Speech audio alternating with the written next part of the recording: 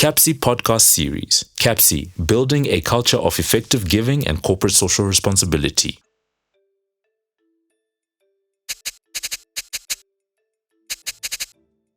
Welcome to another episode of our conversations on African philanthropy and social investment with me, Bheki Moyo, the director of the Center on African Philanthropy and Social Investment at the Wits Business School. Today we are joined by a colleague, a friend, and an associate of the center, Professor Jonathan Makuwira. Professor Jonathan, welcome to the conversations. Thank you so much, Bheki, and your team.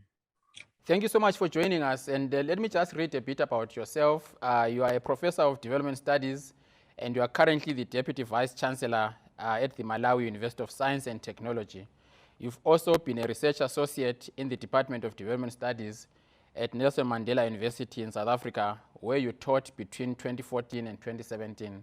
I also see that you are a visiting fellow at various universities in Australia. We'll get to that, but let's start by knowing who Professor Jonathan Makuwira is. Can you just tell us a bit about yourself, your upbringing, and how you ended up where you are today? Thank you so much, Bheki, and thank you so much, team. Yes, so I'm Jonathan Makuwira from Malawi.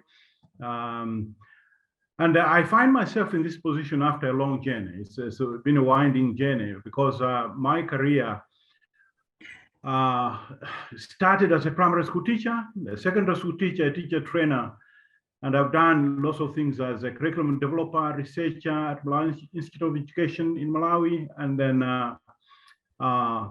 my career went into academia, particularly in Australia, where I taught in 3 universities, University of New England, Central Queensland University, RMIT University, before I joined Nelson Mandela University in 2014.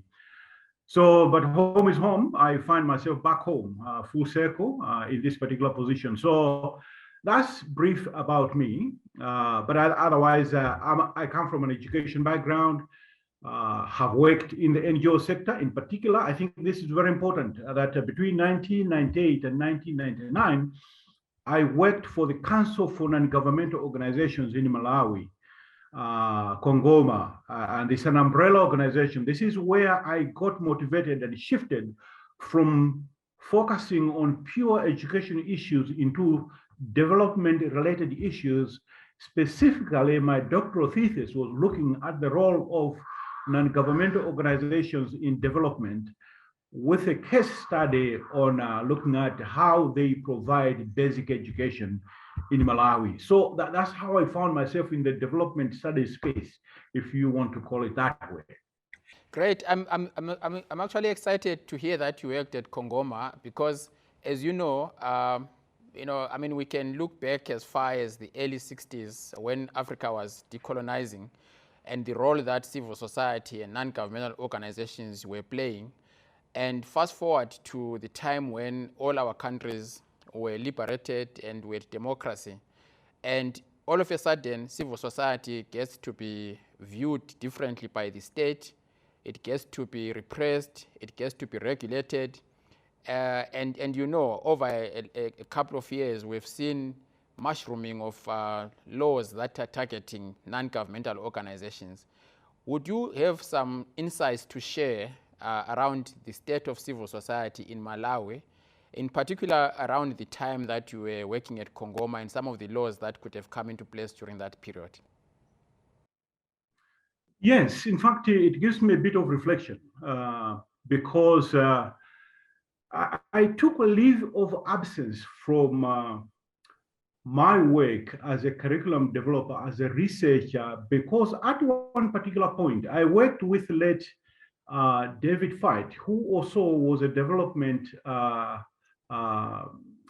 practitioner concerned with the way, development issues were done in Malawi. And therefore, I went into Kongoma more or less blank about the political economy of the civil society organizations and the relationship between civil society and government in Malawi. At that point, I recall, for example, that Kongoma as an umbrella organization was still not fully developed and struggling to find its identity. So it had a bit of a voice, and the voice still exists today. And at that particular point in time, the civil society organizations in Malawi are mushrooming, probably with less proper orientation about the link between development and politics on the one hand, and also their role in facilitating, conversations between government and other stakeholders in development. So on the one hand, you're seeing resistance from the government, but on the other, there are sector networks emerging. Okay, so you have an umbrella organization, but within there are also, a nature of politics where sectors, for example, health sector, agricultural sector, education sector, getting together to create these small satellites of like-minded organizations to advance the same cause, or saying, no, we are here to be part of the wider conversation in development. And it was at that particular point when the conversation went as far as developing the NGO law, which still is contentious in Malawi, as you would perhaps follow.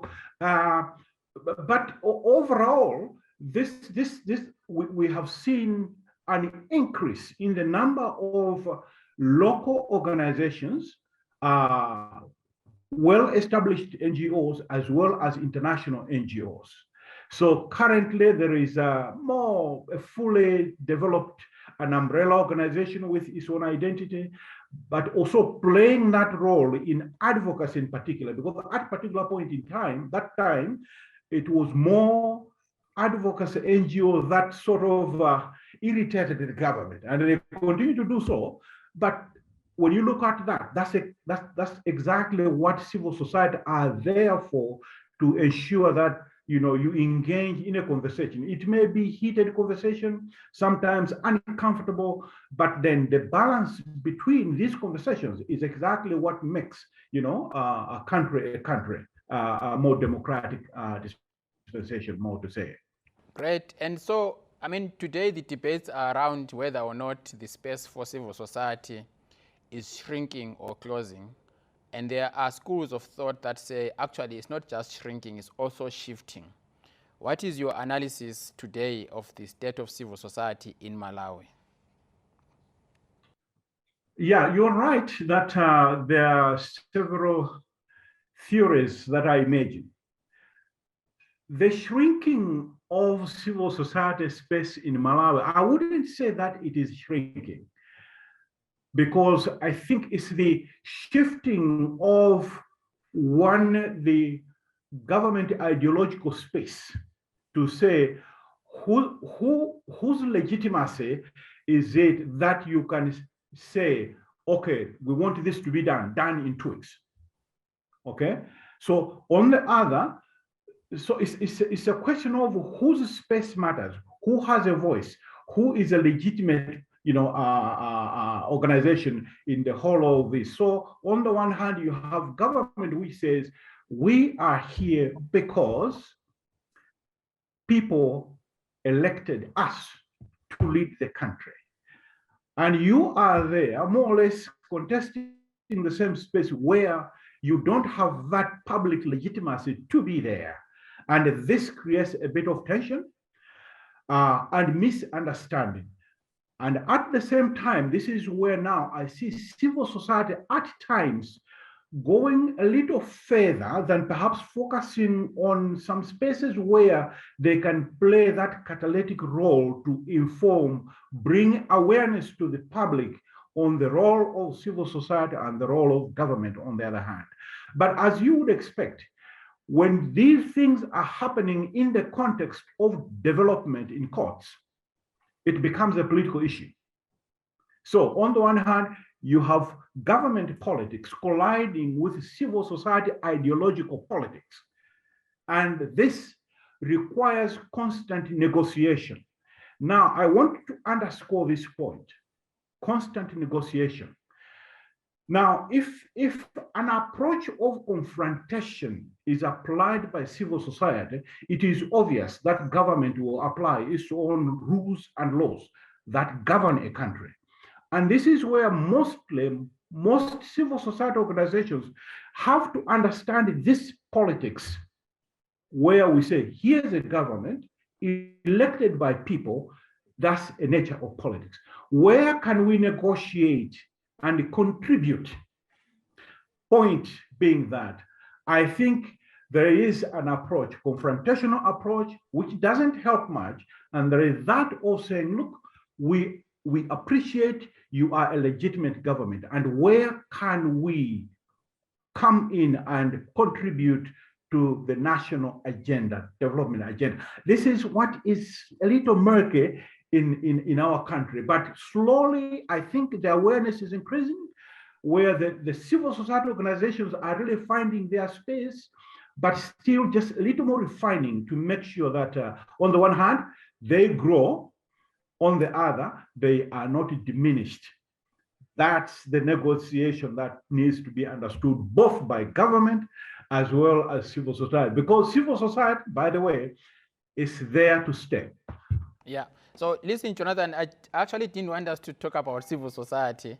I wanted us to talk about philanthropy, but for some reason, here we are, and this is an important issue in our region, in Africa and beyond. We know that currently there's a lot that is expected from civil society, but at the same time, civil society is under threat simply because of what you've just said. Civil society is there to stay.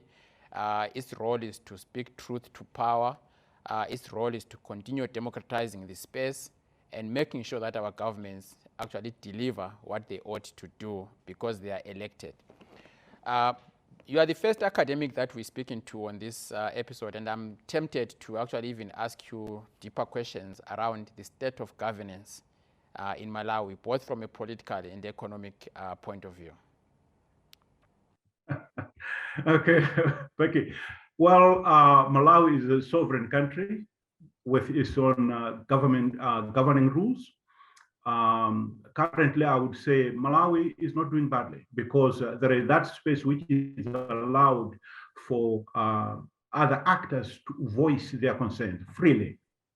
And I must say that I have been in other African countries. I take pride in my country because no matter what people may say, at the end of the day, civil society has a voice. That's number one point to take. Secondly, when it comes to governance, governance is a process. And it's a process where people have to be governed in a way in order to put their issues together in an orderly manner so that they can, put their actions in the order that contributes to public good. So there are issues, no question about that governance in Malawi is still in a process of growth.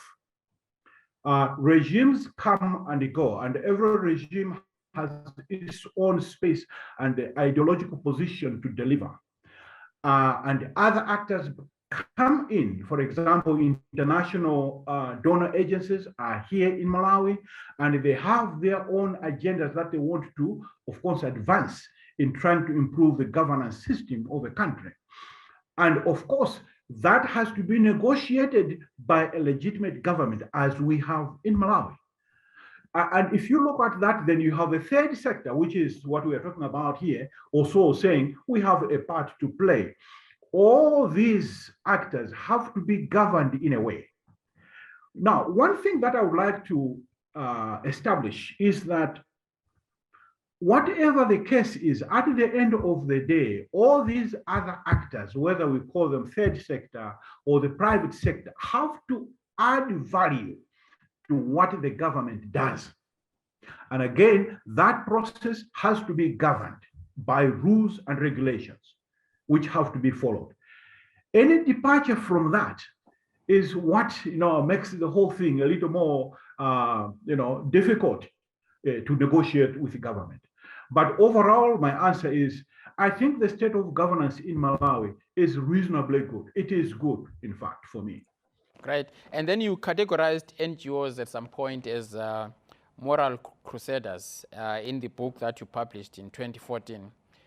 What is the thesis of that book, briefly for our audience?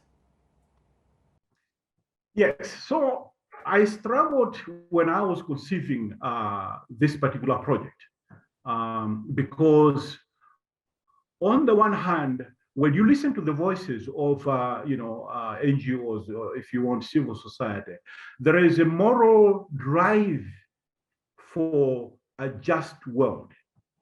That's the underlying thesis. The question is, how is that done? That is a different topic altogether. So I came from that background where I was saying the civil society or the NGO sector is there to help improve the lives of people, the lives of those people whose voice is very marginal to the mainstream agenda, development agenda. That's the background of my book. Great. Thanks, Jonathan. So I want us to talk about the role of communities in development. I mean, you have spoken a great deal and written lots of articles on the role of NGOs, civil society, among others, foreign aid. You've also written around, what we could probably refer to as the rethinking of multilateralism in foreign aid. But I'm interested in getting to know a bit about the role that communities play in development, especially in a poverty-stricken context. Yes, so this is very important to note that development as an idea has a history, but this history is coming even where after communities have established traditional ways of survival. And for me, if I take the case of Malawi and even my own upbringing, I grew up in a village where everybody is part of the family. No matter how far you are, I mean, I'm here in Malawi, I still have to respond to certain things. We're back in the village, okay? Even when I was outside Malawi, I was still at home because everybody accessed me. I was part of the community. So I think the role that I see for communities is they have their own social capital, and that is interdependence of ordinary people on the other. I give a very good example that when I was teaching in Australia, there was a time when my students kept saying, Africa is poor, Africa is poor. And I was saying, hang on a minute. You are applying a blanket statement to a context which you don't know. Because when I'm home, even when I know that in my house, there is no food, I know if I go to my uncle, I will eat. It's a question of what time do I go there? And they will not ask me, why are you here? How long are you here?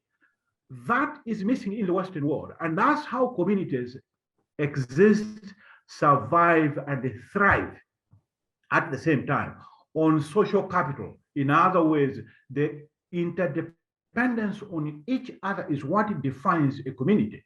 And this is common in Malawi. It doesn't matter where you are, okay? So that's where development lies. It's not the kind of development that you and I know. That is a model imposed on these communities. In fact, I can argue that there is a lot of disruption on the so-called indigenous ways of living, where you don't even question. Everybody knows who is there. Their problem is our problem, and our problem is their problem. And we have failed over time to capitalize on this rich indigenous way of living. And this is exactly why I'm excited that CAPS is pushing this agenda to regenerate, reinvigorate this kind or this form of living, because that is exactly where development is. Development is not a thing that is given to people. They live it. In fact, I say it that if I was in that particular position, maybe I wouldn't survive a week. And we should be questioning what makes them survive in this, what we call terrible position, terrible conditions. That's what development is all about. And that's why communities are so critical as far as, survival is concerned. I forgot to ask you this, Jonathan. So maybe Jonathan, the name has a biblical connotations, but Makuwira, what does that entail? What does it mean? Okay. I'm glad you're asking this because I also asked my father to explain to me what that means. But you say, so it's briefly is to cheer up. Okay, that's the meaning, to cheer up someone. Okay. Or if there's something that is happening, you cheer that. It's like you're putting fuel to something to burn and encourage something to happen and things like that. Okay, great. So names mean a lot in our context, and I'm glad that we are able to get to know what you stand for. So you're the one that cheers other people up. So you actually did some work, research into the different forms of community philanthropy in Malawi as part of a series that CAPSI developed. And I know you have presented that in different fora, but would you mind to break it down a bit in simple, accessible language to our viewers? What is the state of community philanthropy in Malawi today?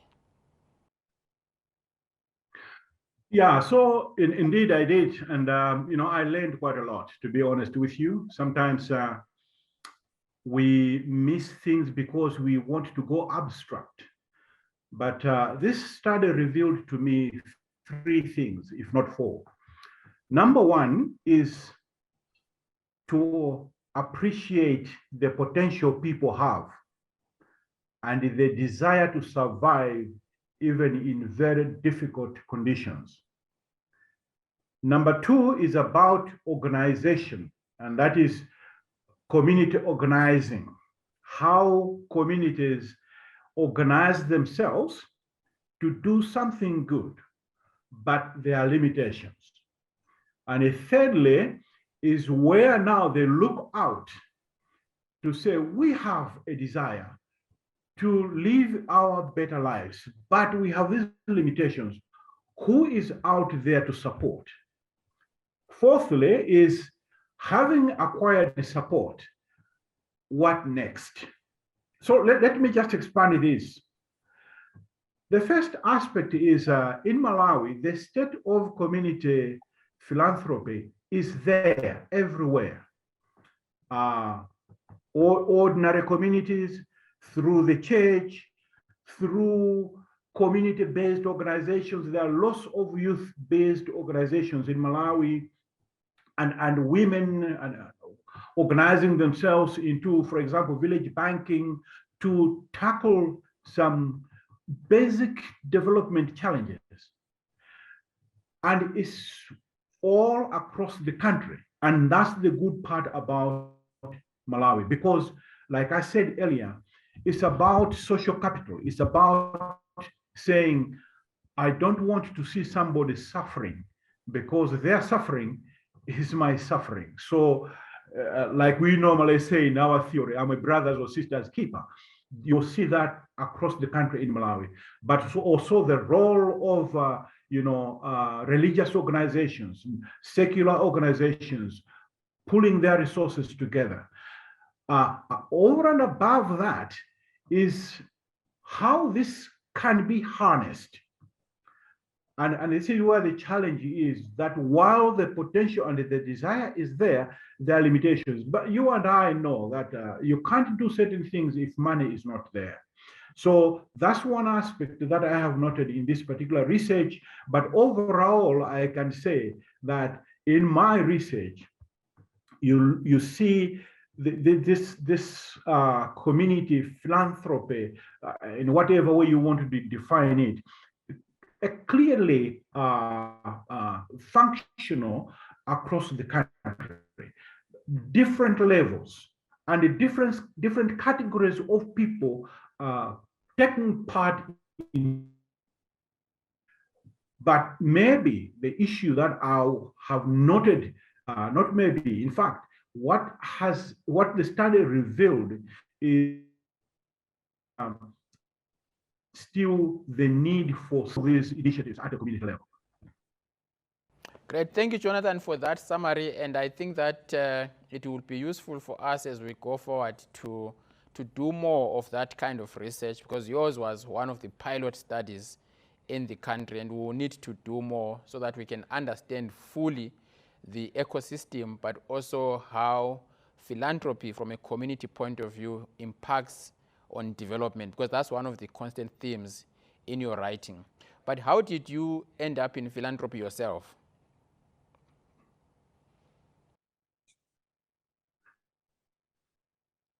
Well, look, there was a day. Okay, so I mean, if you ask me, philanthropy is not something that perhaps there was an entry and I see an exit point. No, like I said, philanthropy defines who we are as Africans, as a people, and this is across Africa, it's across the world. The idea of philanthropy is done differently, but in Malawi, as an individual, I was born into the system of philanthropy at a community level, because I mean, I remember at one particular point where we had no food. We received food from relations bringing food to our family. Secondly, for example, there was a time when we had to weed this garden of ours, but it took my grandmother to just prepare traditional brew, beat a drum, and everybody came to the family to help till a piece of land, perhaps 5 acres, in less than 3 hours. It's done, they enjoy a traditional brew, off they go. So it's not like, for me, it is something unique or strange. No, I was born into it, I'm practicing it. Let me give a very good example of an organization here in Blantyre called Courageous Kids Foundation. I was just doing my job. I met this, a girl and 2 boys, flashing out, flyers, trying to seek support about these, orphans that are there. Every single day, these guys survive on people's, willingness to support them. So they attracted my attention. And since that day up to date, Courageous Kids Foundation is one of the many organizations that have really attracted my attention, because when you go there, and I'm pretty sure the team came and visited Courageous Kids Foundation. By the way, Courageous Kids Foundation got the #1 prize in the country for their job that they're doing. So essentially, that's what actually I'm doing. Besides, of course, my daily job, but I'm part of that process, and not to mention other people who privately come to me seeking support. And if it is something that really is, I see as something that can improve their lives, I support those kind of initiatives. At the end of the day, you can't be a development theorist and fail to put it into practice. And I think this is the kind of tension that exists in many of us. Jonathan, thanks so much. I think we're running out of time, but I want to end on this note. You mentioned something about your grandmother beating a drum and everyone running back to till the land in less than 3 hours. Can you describe that scenario? How does it work? Is it one of the traditional practices? Is it one of the institutions? How does it work? So it was in those days, okay, where I think the closeness of communities was really, really intense than now. So, and this is where the idea of development seems to create tension and tearing that fabric, social fabric, apart. Because on the one hand, in those days, it was like, your problems are our problems. And therefore, if there is anything that we can do to support you, we'll do that. So essentially, it was like, okay, here we are. All we need is to organize ourselves and support each other. So we knew that during rainy season, in order to ensure that everybody is on the same page, all that required was to cook traditional brew so that that community would get together to go to a person's piece of land, till it, you go to the next, and you rest by drinking traditional brew, you go to the next, and within a day you would go clear of 2, 3, or 4 gardens. And that's how close those communities were in those days. Sadly, and I say it, sadly, it's no longer the case. We have to pay now for the very communities to help each other. And this is something that we need to bring it back. How? It is through this kind of conversations that we really need to push the frontiers. I'm very glad, Bheki and your team, that you're bringing back something that is lost. Africa has a potential to solve its own problems, but we seem to be operating at a very different wavelength than the wavelength at a community level. We need to understand this and ask ourselves, how do we bring this back? Whatever it takes to bring this practice back is a great response to achieving the desire that Africa is talking about. Africa 2060, it is. In Malawi, we call it Malawi 2063. There is no way that we achieve that if we ignore our community and the power of social capital. Thank you, Jonathan. Thank you so much. I think this is a challenge for you and I and everyone involved.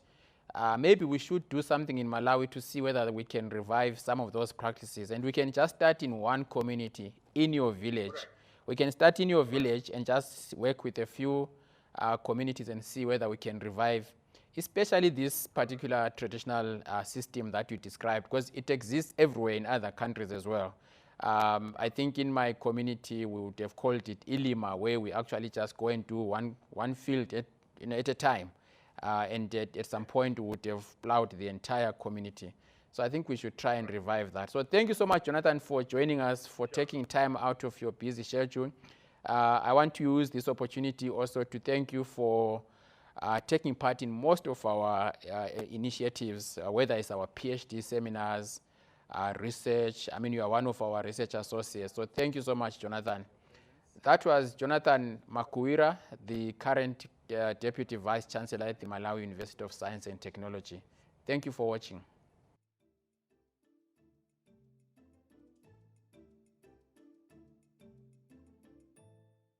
You've been listening to the CAPSI podcast series, talking all things philanthropy.